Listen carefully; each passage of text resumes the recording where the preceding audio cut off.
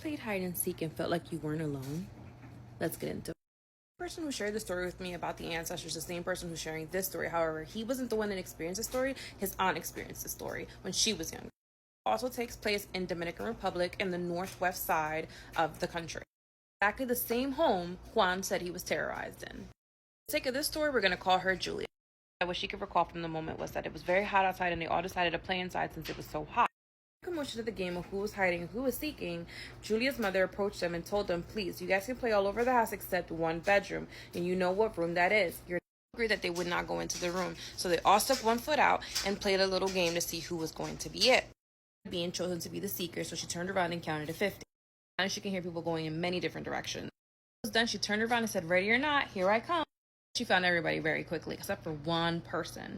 Daniel, who was the smallest and could fit in many areas in the house, was the hardest person to find always. Of course, they couldn't cheat, so Julia had to look for him all by herself. She couldn't find him anywhere. She couldn't find him underneath the bed. She couldn't find him behind the door. She couldn't find him in the kitchen cabinets. Like, she could not find Daniel. She had to go one more time towards the bedrooms to see if maybe she could find him. And that's when she saw her aunt's room door open, and she knew that her mom had closed the door and locked it and took the keys with her. So to find the door open was very odd to her. She thought that Daniel maybe had broken the rules and decided to hide in the room anyway against her mother's wishes. She looked to the left of her, she looked to the right of her. She didn't see her mom, so she walked into the room. Walking in the room, she's carefully looking underneath the bed. She's looking behind the door. She doesn't see anything, but then she hears the closet door open. She hears Daniel laugh. Hears Daniel laugh, she smiles and turns around and she sees that the closet door is open. So she starts tiptoeing towards the door and she's kind of laughing underneath her breath like, I got you now. And she goes towards the closet door, and when she looks into the closet, Daniel isn't there.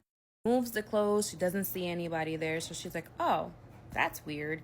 And then she hears Daniel call her from the hallway over and says hello, and she sees Daniel appear at the doorway, and she's like, oh, I thought I heard you in the closet. And he's like, no, you know we're not allowed to be in here. And mind you, as she's talking to Daniel, she has her hand on the closet door and she's standing in front of the closet. Looking at him, I swore I heard you in the closet, so I was about to scare you. And he's like, no, come on, get out the room before your mom sees us, and then we definitely are in trouble. She's like, okay. And as she's about to close the closet door, a hand reaches out and grabs her by the shirt. She screamed bloody murder, and so did Daniel, because Daniel saw the hand. She did not see the hand. She was just screaming, trying to get the hand off of her where her eyes closed, and she doesn't know what to do. She's trying to get this hand off of her, and Daniel is like panicking, not knowing what to do, and she's like, help me, get it off me. Daniel went to the rescue for Julia. Now, mind you, Daniel's younger than Julia, so there's like a 2-year gap difference there, and so they're both trying to loosen the grip of that hand on her shirt. She said that they pushed and pushed and pushed and pushed until they ripped her shirt off of her, and literally they both just saw the hand hold onto the shirt and just go back into the closet. Both ran out of that room and looked for Julia's mom.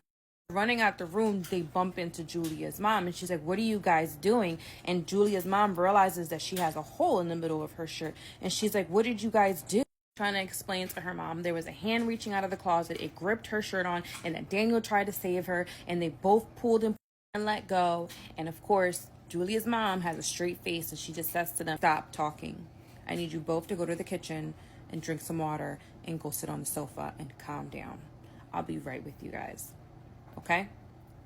With a straight face. That's what Julia said. She had a straight face.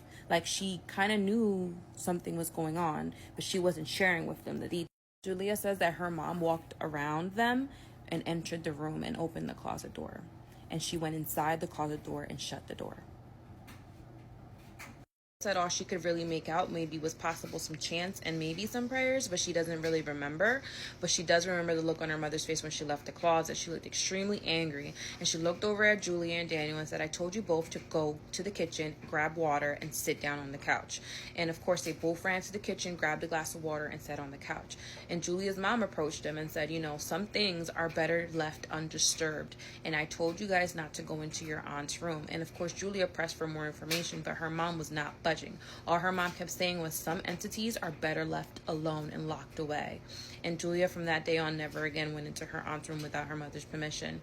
Now, what do you guys think it was, and what was in that closet?